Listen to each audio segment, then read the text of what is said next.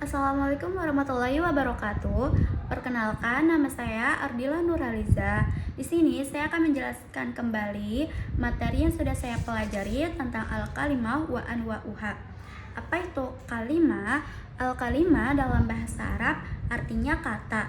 Dan al-kalimah itu dibagi menjadi tiga. Ada isim, ada isim, fiil, sama huruf. Nah, isim itu untuk apa sih, kata yang menunjukkan pada nama seseorang, nama tempat tinggal, nama daerah. Contohnya itu seperti Aisyah. Aisyah itu termasuk isim karena itu nama orang. Selain itu Bandung. Bandung itu nama daerah. Itu termasuk ke dalam isim. Nah, yang kedua itu ada fiil. Dan fiil itu fiil itu kata yang menunjukkan pada aktivitas yang terjadi di masa lampau, di masa akan datang, atau di masa sekarang. Nah, contoh fiilnya itu contohnya itu kayak telah keluar, telah pergi, sedang belajar. Dan fiil itu dibagi menjadi tiga, ada fiil madi, fiil mudhari, sama fiil amar. Nah, fiil madi itu masa lampau, kalau fiil mudhari masa yang akan datang, kalau fiil amar itu kata perintah atau kata suruhan. Nah, fiil madi yang aku tahu itu fiil madi itu fiil yang pure aslinya tanpa adanya tambahan fiil yang lain. Contohnya kalau doroba ya udah doroba aja. Kalau misalkan akala ya udah akala, pure akala tanpa adanya fiil yang lain, asli murni gitu. Jadi kalau fiil mudhari itu yang aku tahu tuh kayak ada tambahan fiilnya. Contohnya kayak yang tadinya fiil madinya doroba, ya udah berarti fiil mudhari'nya yaitu ya deribu. Terus contohnya lagi akala, fiil madinya fiil mudhari'nya yakulu.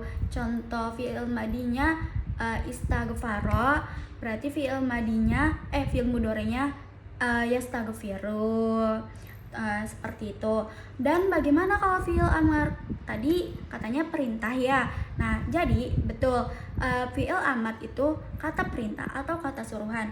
Contohnya seperti kan fiil madi pure tanpa adanya fiil yang lain, seperti doroba. Nah, fiil mudhari'nya itu ada tambahan, yaitu jadi menjadi yadribu. Nah, itu kan tambahannya ya. Nah, kalau fiil amar itu kata suruhan, idrib, kayak kayak suruh perintah, kayak suruh idrib gitu lah. Aku kurang tahu sih untuk artinya, tapi aku paham. Nah, contohnya kedua itu ada akala. Nah, ya akala fiil madinya. Nah, fiil mudhari'nya itu yakulu, ada tambahan ya seperti tadi doroba. Nah, terus fiil amarnya itu fiil amarnya tadi kul itu makanlah, kayak suruh perintah makanlah gitu. Itu fiil amar seperti itu.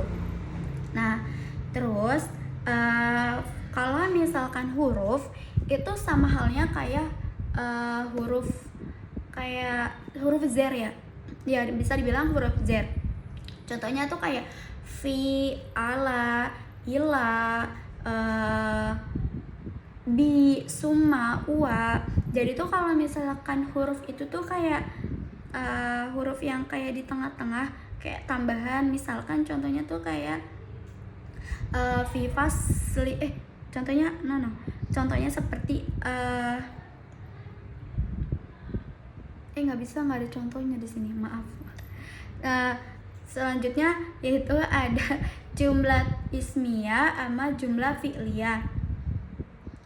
Apa itu jumlah ismiyah? Yang aku tahu jumlah ismiyah itu jumlah huruf yang diawali dengan isim, yaitu nama orang atau nama tempat tinggal. Seperti tadi halnya kayak isim. Nah, tapi kalau di sini teh ismiyah itu huruf kalimat yang diawali dengan isim.